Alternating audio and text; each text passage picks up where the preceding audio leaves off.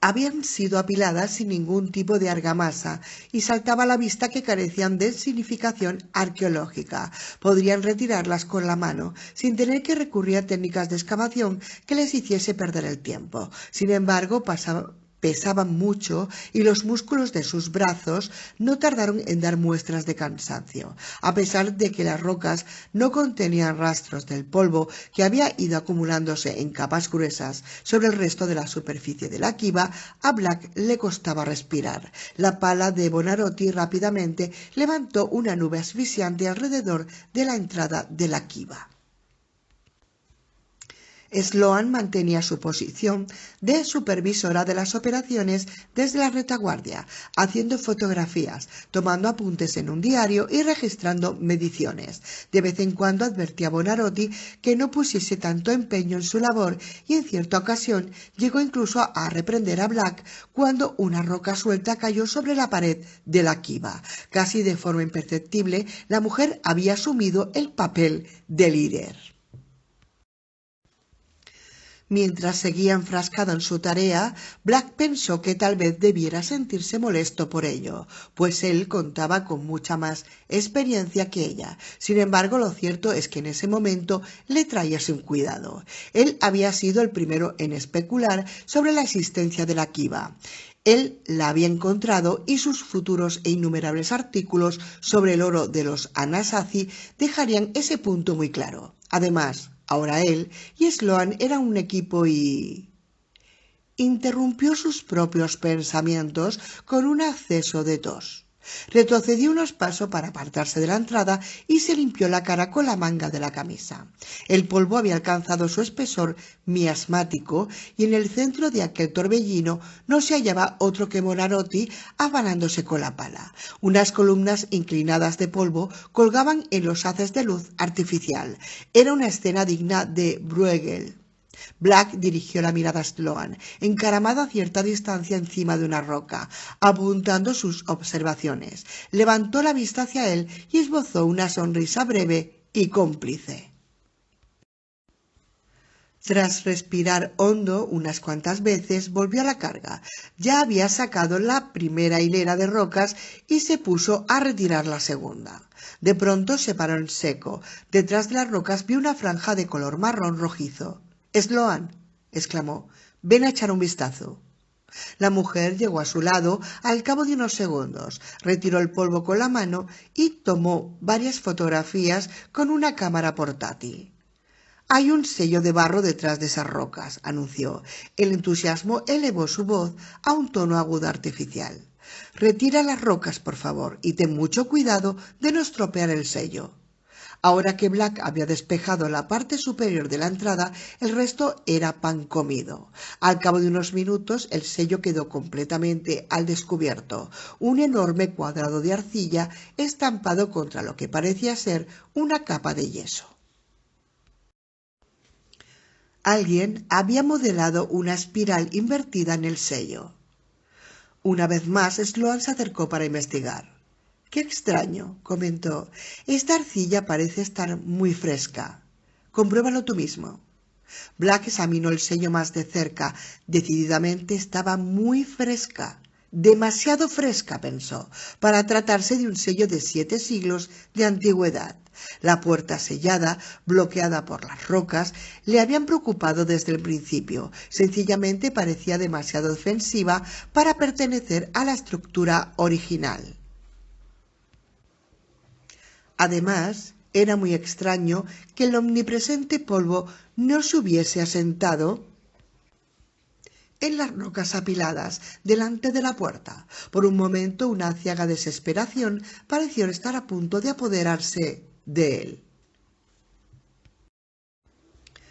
—Es imposible que alguien llegase aquí antes que nosotros —murmuró Sloan, que miró a Black y añadió—. Esta puerta sellada ha sido extremadamente bien protegida.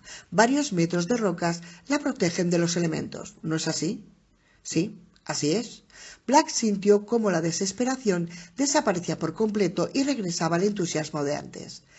Eso explicaría por qué el sello parece tan reciente. Sloan tomó unas cuantas fotografías más y luego retrocedió unos pasos. —Vamos, sigamos adelante. Con la respiración entrecortada, entre jadeos entusiastas, Black redobló sus esfuerzos para despejar el muro de rocas. 54. Muchos metros por encima del desolador espectáculo que ofrecía el cañón de Quivira, tras los efectos de la riada, las bóvedas y los huecos de la amplia meseta de roca resbaladiza se bañaban en el último sol de la tarde. Los retorcidos enebros jalonaban el extraño paisaje, el alforfón silvestre y unas cuantas matas de verbena crecían en los tramos de tierra. Pequeños barrancos seccionaban el terreno, serpenteando por la arenisca roja, y las cuevas subterráneas que se abrían en el lecho de roca brillaban todavía bajo el sol por el agua de la lluvia acumulada.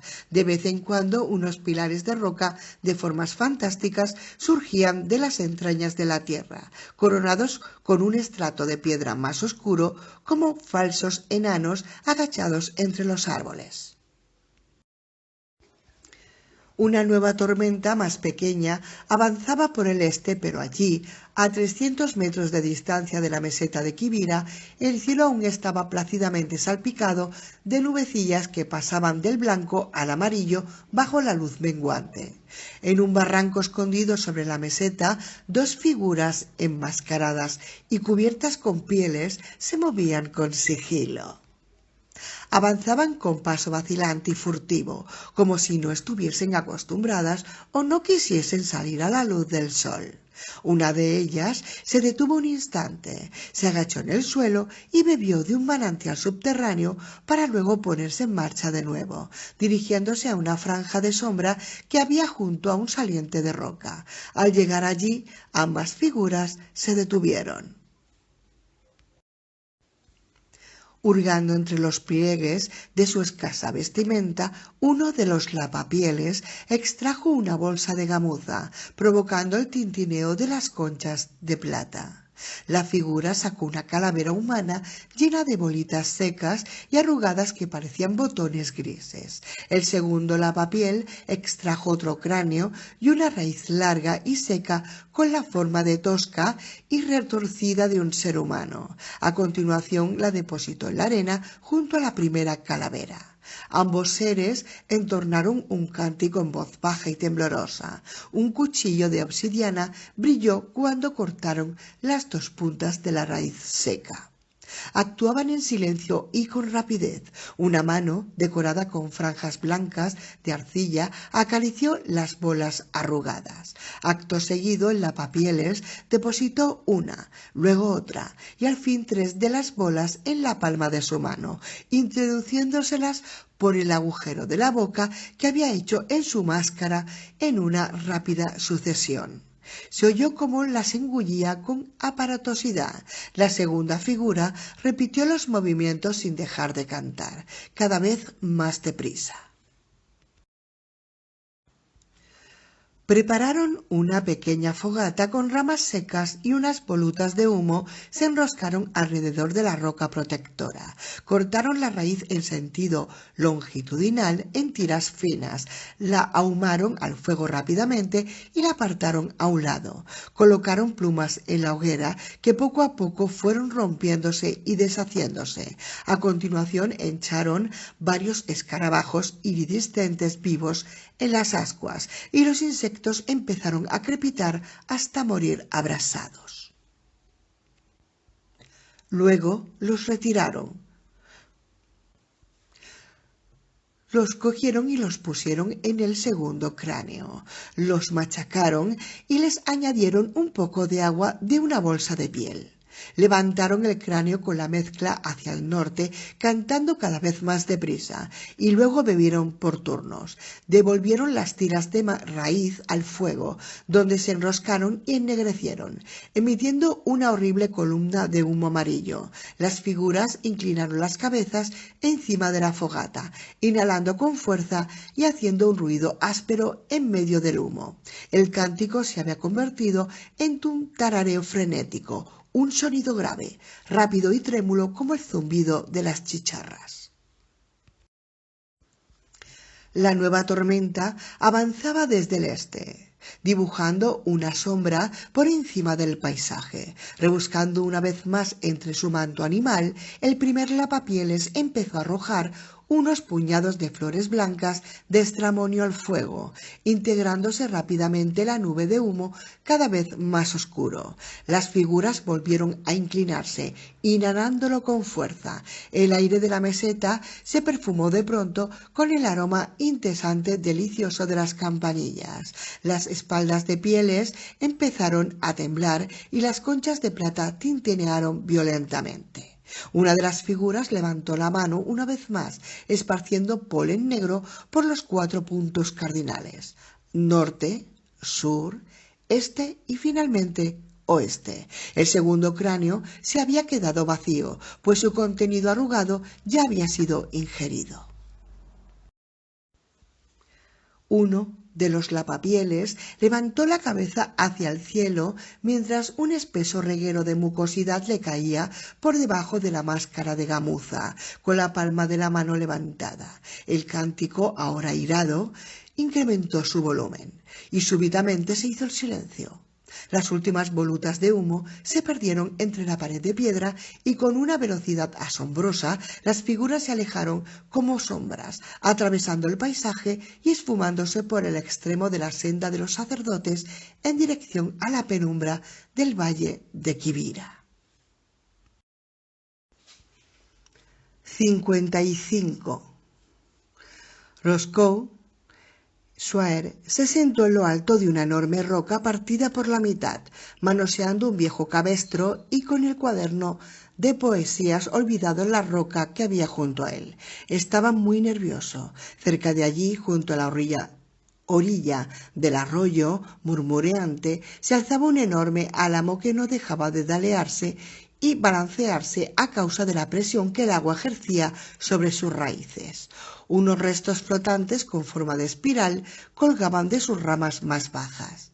Sawyer sabía perfectamente de qué se trataba.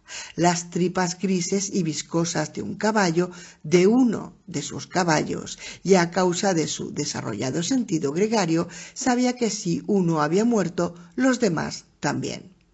El atardecer había caído sobre el valle, pero el cielo en lo alto resplandecía aún con el brillo cegador. El lugar parecía suspendido entre la noche y el día, atrapado en las misteriosas éxtasis que sólo se producía en los cañones más profundos de Utah. Sawyer echó un vistazo a su cuaderno, a la oda a Huracán que había intentado escribir en vano. Se acordó del caballo, de los 3 días que había tardado en capturarlo, de su magnífico espíritu. Arbucles, de pelaje oscuro, simpático, muy capaz.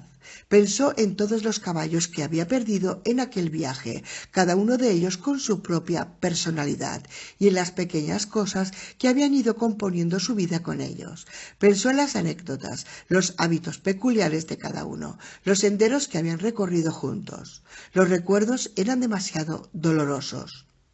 Y entonces se acordó de Nora. Lo cierto es que más de una vez lo había sacado de sus casillas, pero al final había llegado a admirar su coraje, la temeridad ocasional de la determinación de aquella mujer. Era una forma terrible de morir. Debía de haber oído cómo se acercaba su propia muerte, consciente de lo que significaba. Echó un vistazo al valle, un paisaje de púrpuras cada vez más oscuro, verdes y dorados bajo un brillante cielo de color turquesa. Era un hermoso lugar y, pese a todo, malevolente por su belleza en sí. Dirigió la mirada hacia la ciudad escondida. Solo de pensar que aquellos 3 estaban allá arriba, abriendo la quiva como si nada hubiese ocurrido. Se llevarían todos los reconocimientos y a Nora le dedicarían una placa en su memoria que acabaría clavada en alguna pared del instituto. Escupió en el suelo con gesto asqueado, suspiró y luego se llevó la mano al cuaderno. Sin embargo, en ese instante detuvo su movimiento y miró alrededor una vez más, hacia el cañón oscurecido. Salvo por el murmullo del agua y el trino ocasional de algún pájaro, todo estaba en silencio. Pero su instinto le decía que alguien estaba observándolo. Muy despacio tendió el brazo para coger el cuaderno. Después de pasar unas cuantas páginas, se recostó hacia atrás con aire indiferente, fingiendo leer las líneas garabateadas. La sensación seguía presente. Sawyer había ido afinando su sexto sentido a lo largo de muchos años como vaquero en regiones salvajes, a veces incluso hostiles, pero siempre en condiciones muy duras. Había aprendido a confiar su vida a dicho sentido. Deslizó la mano derecha a la pistolera y la dejó allí, confirmando la presencia del arma. Luego levantó la mano de nuevo, esta vez para tocarse el bigote con aire pensativo.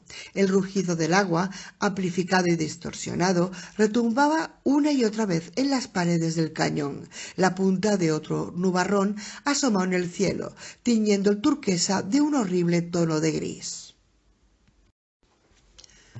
Guardó el cuaderno en el bolsillo con toda naturalidad y a continuación, con la misma tranquilidad, quitó el seguro del arma.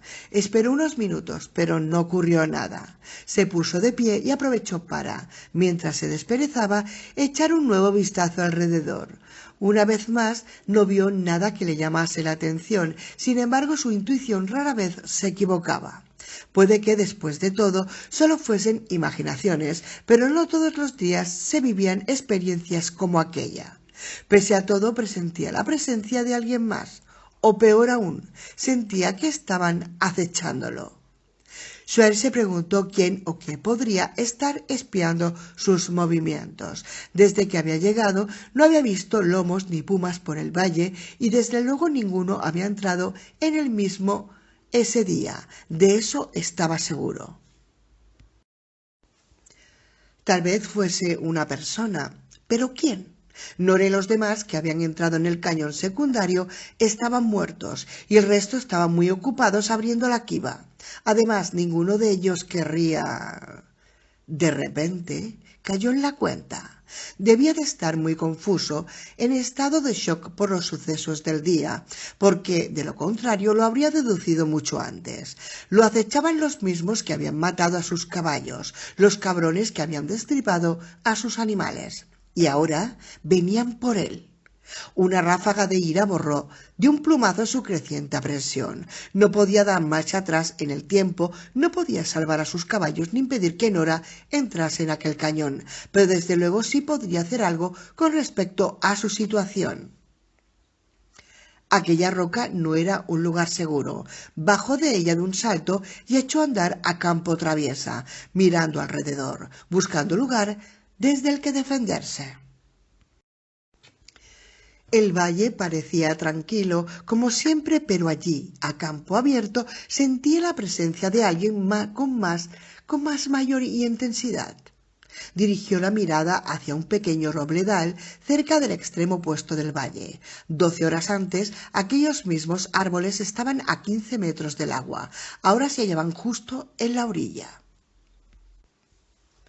El vaquero asintió en silencio. Desde allí el agua le ofrecería la ventaja de estar a sus espaldas y los robles lo ocultarían a la vista. Entre tantos árboles no sabrían dónde estaba, pero él sí podría ver la franja de tierra opuesta. Le daría tiempo suficiente para practicar su puntería. Echó a andar hacia el río, sin librarse de la sensación de que unos ojos ocultos lo observaban. A medio camino del robledal se detuvo, escupió el tabaco en el suelo y se subió la cintura de los pantalones, aflojando al mismo tiempo el arma de la pistolera. Solo era una Magnum del calibre 22 y cañón largo, pero tenía la ventaja de una gran precisión en los disparos repetidos, una buena arma para la clase de trabajito que tenía en mente. Se detuvo en medio de la oscuridad reinante. Aquella era su última oportunidad de echar un buen vistazo al valle antes de adentrarse en el robledal y quería intuir en qué dirección saldrían sus perseguidores. Durante el día había muy pocos escondrijos en aquel valle, pero a medida que caía la noche el número aumentaba. Concentraciones de álamos y chamizos, áreas oscuras y sombras. Y pese a todo seguía sin ver ningún movimiento extraño, nada fuera de lugar. Una vez más puso en duda su instinto, que seguía gritándole «¡Corre! ¡Escóndete!». Empezaron a caer unas cuantas gotas de lluvia que chocaron con fuerza contra la arena. El corazón se le aceleró a medida que aumentaba su aprensión. Estaba acostumbrado a plantar cara en las peleas, pero era duro no saber contra quién o quién iba a luchar, o de dónde saldrían, o si al final no eran más que imaginaciones. Trató de recordarse que aquellos eran los cabrones que habían matado a sus caballos, pero al pensar en eso, los vio una vez más en su cabeza, destripados con aquellas plumas saliendo de sus ojos vidriosos e inertes, y las vísceras de color gris azulado retorcidas en espirales. ¿Qué clase de monstruos serían capaces de hacer una cosa así?, se preguntó. Poco después llegó al robledal. Moviéndose con rapidez hasta el extremo opuesto, se agachó y se volvió, colocándose de espaldas al agua. Estaba oscuro bajo las ramas y el agua le goteaba en la cabeza y la espalda.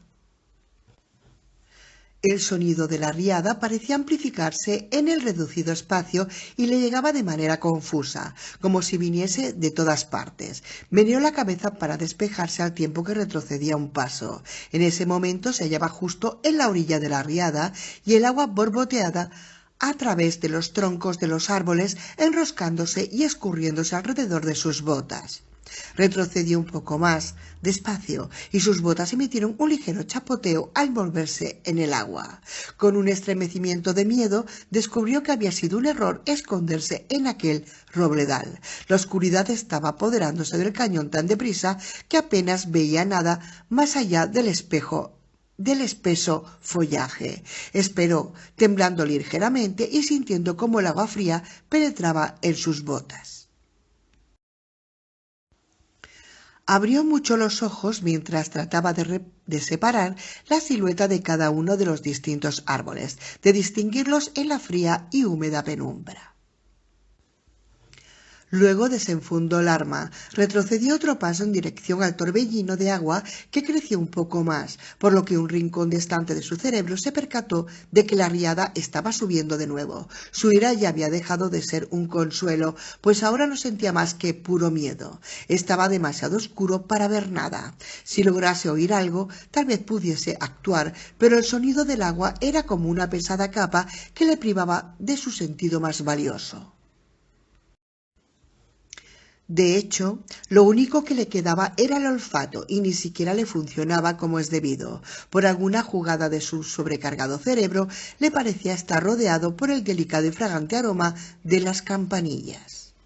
Justo entonces, a su izquierda, vio un pavoroso movimiento de las sombras, un violento desgarro de negro sobre negro. Descubrió demasiado tarde que sus perseguidores habían estado entre los robles todo el tiempo, observándole y esperándole mientras era él quien se acercaba a ellos. Levantó el arma lanzando un grito, pero el disparo se perdió en la oscuridad y el arma cayó al agua. Mientras el destello de la bala se extinguía, Sawyer vio, o creyó ver, la negra y fría hoja de un cuchillo cortando la tela de la noche. 56. En las entrañas de la cueva clandestina, Black introdujo cuidadosamente una navaja bajo el sello externo de la arcilla, con los brazos temblorosos por el cansancio y la excitación del momento. Giró la mano, intentando hacer palanca sobre el cierre, pero sus dedos doloridos tiraron bruscamente del sello y éste se le quedó en las manos, junto con un trozo de la puerta enyesada. «Con cuidado», dijo Sloan, desde el fondo de la enorme cámara a unos metros de distancia. Black estiró el cuello para ver el interior del agujero, pero era demasiado pequeño e irregular para distinguir algo. Fuera, en el valle, se oyó el eco amortiguado y distante de un trueno. Black empezó a toser y se tapó la boca con la mano. Al apartarla descubrió salpicaduras de barro en su propia flema. Arrojó aquella mucosidad al suelo con una mueca de asco y volvió a concentrarse en la fachada de piedra. Buonarroti, que había apartado los montones de polvo acumulado alrededor de la puerta de la kiva, se dispuso a ayudarlo. Al cabo de otra media hora apareció un nuevo sello. Ya habían retirado suficientes rocas como para dejar al descubierto más de 90 centímetros de puerta. Sloan se acercó para tomar una serie de fotografías y a continuación se apartó de la cortina de polvo flotante para escribir unas notas en su cuaderno. Black introdujo la navaja en el segundo sello, lo apartó con cuidado de la puerta y lo dejó a un lado. Ahora lo único que le separaba de la máxima validación de su teoría era un delgado muro de yeso y argamasa. Se agachó para coger un pico, lo colocó entre sus manos magulladas y con un suave balanceo para tomar impulso golpeó el muro con él. Un trozo de yeso cayó al suelo y Black golpeó la pared con el pico una vez más y otra, hasta agrandar considerablemente el agujero. Un rectángulo oscuro y regular bajo el brillo de las luces. Con nerviosismo tiró el pico al suelo. De inmediato, Sloan regresó a su lado. Después de sacarse una linterna del bolsillo, enfocó hacia el interior del agujero con ella y acercó la cara al muro de yeso. Black vio cómo todo el tiempo de la mujer se tensaba. Permaneció inmóvil un minuto, puede que más, y a continuación retrocedió unos pasos, en silencio, con la cara resplandeciente de entusiasmo. Black le arrebató la linterna de las manos y se acercó hacia el muro. El débil brillo amarillento de la linterna apenas podía penetrar en la oscuridad del interior del agujero, pero al moverla poco a poco, Black sintió como su propio corazón palpitaba desbocado. Vi por todas partes el brillo del oro. El resplandor amarillo inundaba el interior de la quiba, parpadeando y brillando por doquier, en el suelo, en el banco de piedra que rodeaba su perímetro. El rico y tenue brillo de 1000 superficies curvilíneas doradas. Black retiró la mano con brusquedad. «Hay que romper el muro», exclamó. «Está repleta de oro». «Lo haremos según el procedimiento habitual, Aaron», se apresuró a decir Sloan, pero la euforia de su voz se contradecía con la prudencia que quería expresar con sus palabras. Black recogió el pico y siguió trabajando con la parte superior de la entrada. Cogiendo otro pico, Buonarroti se puso a su lado y golpeó el adobe con furia, sincronizando sus embestidas con las de Black. Muy pronto el boquete se abrió hasta medir más de 60 centímetros cuadrados. Black detuvo sus golpes para introducir la cabeza en la abertura, empujando los hombros hacia adentro, tratando de meter la totalidad del cuerpo al tiempo que iluminaba el interior con la linterna de Sloan. Sin embargo, los golpes habían levantado tanto polvo que lo único que veía eran débiles destellos dorados. La linterna se apagó de repente y Black retrocedió de nuevo y la tiró al suelo con gesto enfadado. «¡Más!», gritó. En el exterior de la ciudad, un nuevo y estruendo amortiguado provocado por un trueno salpicó el obligado murmullo de la lluvia. Sin embargo, Black no oía más que el sonido del pico sobre el muro de adobe y el silbido entrecortado de su resuello en el aire cerrado. La realidad fue convirtiéndose en un sueño. Una extraña sensación se apoderó de su cabeza y advirtió que ya no sentía los brazos al sostener el pico. La sensación de realidad fue incrementándose hasta hacerse pavorosamente intensa y Black retrocedió unos pasos para tratar de despejarse. Al hacerlo sintió un cansancio abrumador. Miró primero a Buonarroti, que seguía balanceando su pico con una cadencia acompasada y regular. Luego dirigió la mirada a Sloan, que esperaba detrás, con el cuerpo todavía tenso por la expectación. Se oyó un repentino desprendimiento del muro y Black volvió la cabeza hacia la quiva. Se había derrumbado un pedazo enorme de adobe que se deshizo en trozos más pequeños de color tierra al caer desplomado sobre las rocas de debajo. Black vio entonces que el boquete era lo bastante grande para que cupiese una persona. Recogió una de las lámparas de Sloan del suelo y echó a andar hacia adelante. «¡Apártate de mi camino!», ordenó empujando a Buonarroti a un lado con brusquedad.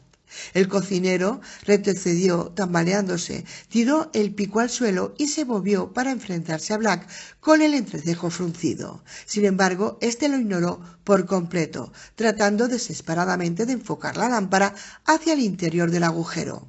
—¡Apartaos! —exclamó Sloan detrás de ambos. —He dicho que os apartéis, los dos. Buonarroti vaciló unos instantes y luego dio un paso atrás. Black lo imitó, sorprendido por el tono glacial de las palabras de Sloan. La mujer se adelantó al tiempo que tomaba unas cuantas fotografías más. Luego se colgó la cámara al cuello, se volvió hacia Black y le arrebató la lámpara de las manos. —Ayúdame a entrar —dijo. Black colocó las manos sobre las caderas de ella, levantándola mientras Sloan se abría paso entre las rocas y en el interior del boquete. Vio cómo el haz de luz de su lámpara enfocaba frenéticamente el techo de la quiba y luego se alejaba hasta difuminarse en un brillo tenue. Black la siguió rápidamente, escarbando entre las rocas, escurriéndose por el tosco agujero y deslizándose al otro lado, cayendo al suelo con movimientos torpes y escupiendo puñados de polvo. Algo en su interior le decía que no era así exactamente como Howard Carter habría interrumpido en aquella quiba.